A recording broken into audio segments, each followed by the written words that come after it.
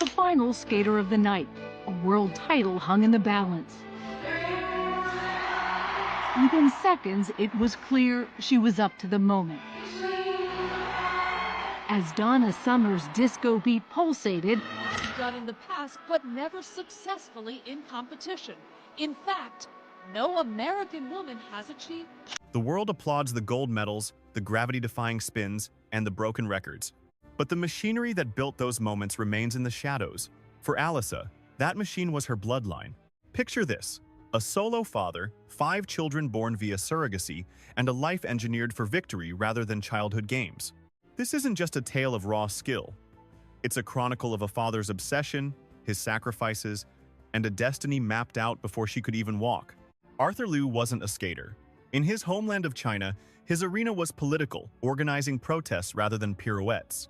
At the epicenter stands Arthur. His path to parenthood was anything but standard. He refused to wait for a soulmate or a picket fence fantasy. He craved fatherhood, so he engineered it himself. 5 children, all brought into the world through anonymous donors and surrogates, raised by one man's sheer will. He landed on American soil with empty pockets, yet forged a law empire and a family dynasty in the Bay Area. As a single dad of 5, he placed Alysa at the helm, his eldest, the trailblazer of his grand experiment. Following in her wake came the trio Julia, Justin, Joshua, and finally, Selena. Forget the classic prodigy narrative, with 2 doting parents splitting the burden. In the Liu household, Arthur was the captain, navigator, and crew. Every dollar spent, every strategy drafted, every high-stakes decision, it all rested on his shoulders. "I flew her to Japan to train with masters. I dragged the family to Canada," he recalls. The cost of molding a legend? Astronomical. Arthur was 40 years old when he launched this massive undertaking. He had a lifelong hunger for children and zero patience to wait for a partner to share the load. That audacious, damn the torpedoes attitude bled into everything, especially how he micromanaged Alysa's ascent on the ice. "You don't even know your own mind yet," she admits. "Skating feels less like a passion and more like a heavy backpack you can't take off." Domestic life was a pressure cooker to match the rink. Imagine a family of 6 packed into a single-bedroom flat in California. 5 kids, 1 room, a Tetris stack of bunk beds. Erase the mental image of mansions and private chauffeurs usually associated with Olympic hopefuls.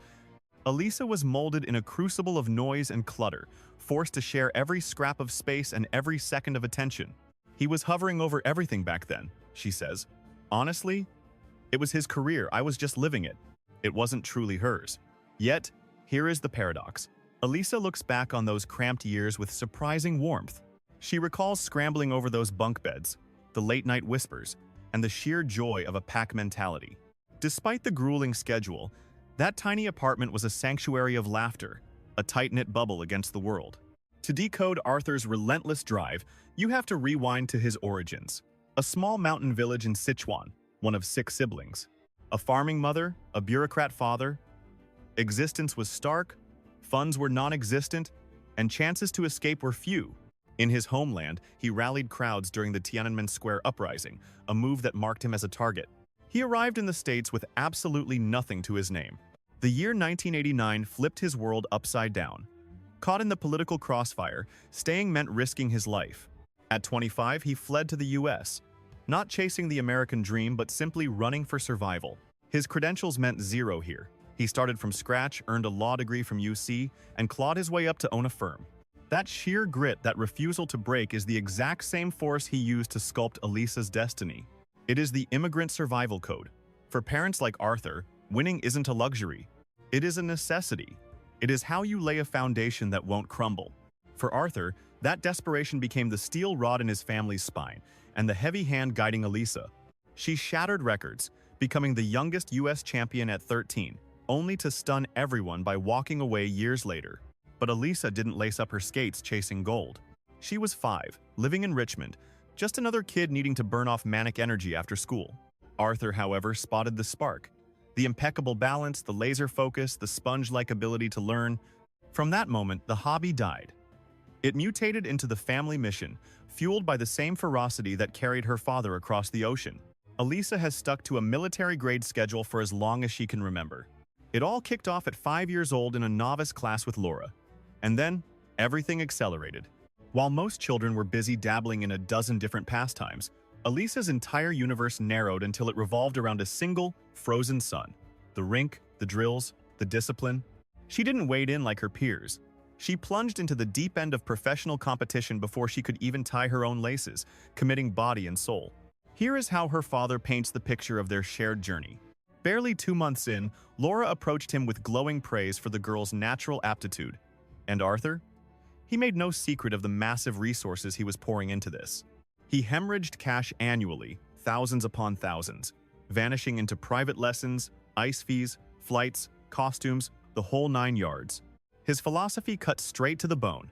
When you strike gold, you don't dig with a spoon. You bring in the heavy machinery.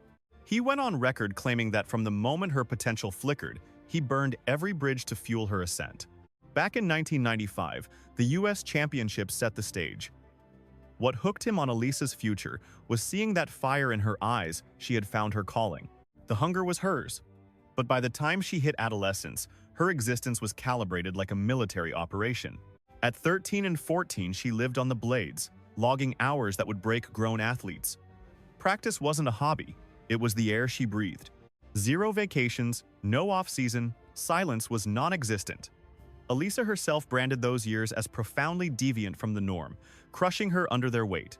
While her peers navigated the messy, beautiful chaos of self-discovery and playground politics, her sunrise and sunset were framed by cold arena walls. That tunnel vision forges champions, yes, but it also casts a long shadow over a stolen youth. Children in this high-stakes pressure cooker shoulder the burdens of veterans before they are old enough to choose their own dinner. In hindsight, even Alysa confessed that the ice felt less like a playground and more like a 9-to-5 grind. That is a massive revelation. It proves that gold medals and inner peace are often strangers to one another. She was dazzling the world from the podium, but internally, she was driven by duty rather than desire. The cruel irony? To qualify this season, the rulebook demanded she turn 13 by July 1st. She missed the cutoff by a mere 8 days. Arthur wasn't just a spectator clapping politely from the bleachers. He was the architect of her career, scrutinizing drills, analyzing data, and ruthlessly firing coaches the moment he sensed stagnation. The man actually hauled a radar gun to practice to measure her velocity, hardly standard parenting behavior. He wasn't raising a daughter, he was optimizing an asset. Explosive aerial combos married to theatrical elegance. As the packed house in Boston erupted in thunderous applause, Alysa would later reflect that the sport felt less like her art and more like his corporation. It was a joint venture, not a solo dream. While intense sports parenting is common, it becomes a different beast entirely when a single father holds all the reins. Arthur might have preached about organic growth, but behind the curtain he was pulling every single string. He held the checkbook, mapped the strategy, and dictated the trajectory of her entire life. For the Olympic stage, the gatekeepers require you to be at least 15 years of age. Sure, the games were the endgame, but the immediate focus was self-mastery, and the dividends paid out at lightning speed. At the tender age of 13, she shattered records to become the youngest national champion in American history. She also etched her name in the books as the first American woman to nail 3 triple axels in one go, a gravity-defying feat that borders on the impossible. The adrenaline rush was unlike anything she had ever experienced. Pure, unadulterated electricity. Looking at the scoreboard, the grueling childhood seemed justified. She didn't just win, she rewrote the narrative. Overnight, her face was plastered everywhere as the savior of the sport. Her unconventional roots were dissected by the public, and that premature stardom brought a crushing weight down upon her shoulders. The prodigy label is a golden shackle. The leash gets shorter, the audience gets larger, and the treadmill spins faster as the world demands more. She stood atop the world. Her mentors, Philip and Massimo, were absolutely ecstatic. But hold on. Alysa's narrative isn't the standard Disney script of a girl born with ice in her veins and a song in her heart. Even as she was hoarding trophies, she confessed that the thrill was often absent. A profound emotional chasm separated her spirit from the sport, particularly during those formative years. She has been candid about the fact that children thrust into military-grade regimens rarely have the agency to define their own desires. The ice felt like a mandate, not a choice. It was a heavy burden of duty rather than a source of delight. Such vulnerability shatters the myth of the driven child genius, proving that the engine isn't always internal combustion. Her external environment and internal drive were often out of sync. It was a balance she had attempted before, but never nailed when the judges were watching. Truth be told, that particular summit had never been reached by any American female skater. The global lockdown turned her world upside down. With arenas boarded up and scorecards put away, Alysa was forced into her first true hiatus. That pause was the catalyst. Isolation offered her a tantalizing glimpse of an existence unshackled from the grind. Far from pining for the cold rink, she reveled in the liberty, realizing just how completely the sport had devoured her existence. That hiatus became a bridge back to her kin, allowing her to simply exist within her own four walls, a luxury stolen by endless tours and meets. A creeping dread set in that she might reach adulthood without ever tasting a normal, grounded domestic life. Her legacy is certainly not fading from memory. She is absolutely terrified. Then came April 2022, fresh off the Beijing Games, when Alysa dropped a bombshell that blindsided the world. At just 16, she hung up her skates. Even her father was in the dark until the words left her mouth. She was simply finished, satisfied with her laurels, and hungry for a fresh chapter. For the first time, the reins were firmly in her own hands. She drew a line in the sand, her existence, her choice, and while Arthur stood by her, it had to burn, considering the years of sweat equity he'd sunk into her rise. Just listen to that roar as the audience welcomes Alysa Liu back to the frozen stage. The double national titleist is back in the spotlight, performing a Massimo Scali piece titled Promise. Walking away completely rewired her outlook. Gradually, the passion rekindled, only this time, she was the one writing the script. By the time she resurfaced in 2024, she was dictating the terms of engagement.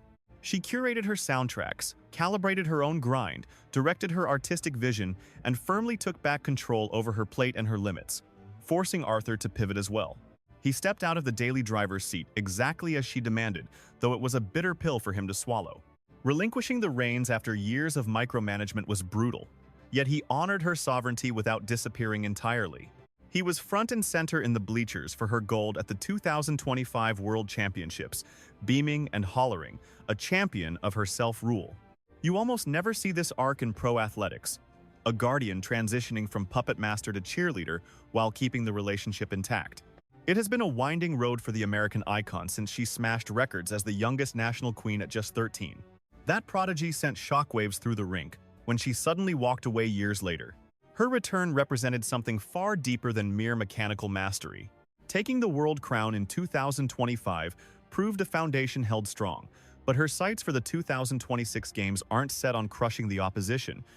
The mission now is pure joy on the ice, and that shift is monumental. It signals a psychological overhaul, trading the crushing weight of expectation for genuine artistic expression. The days of duty-bound skating are over. She is on that ice solely for herself, defying any simple origin story with a tapestry woven from single fatherhood and surrogacy.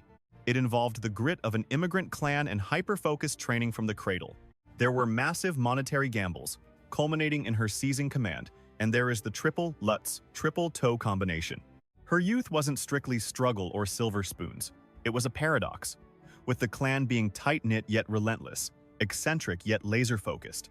Arthur did more than cheerlead. He engineered her trajectory with deliberate precision, using his own survival map to navigate her path.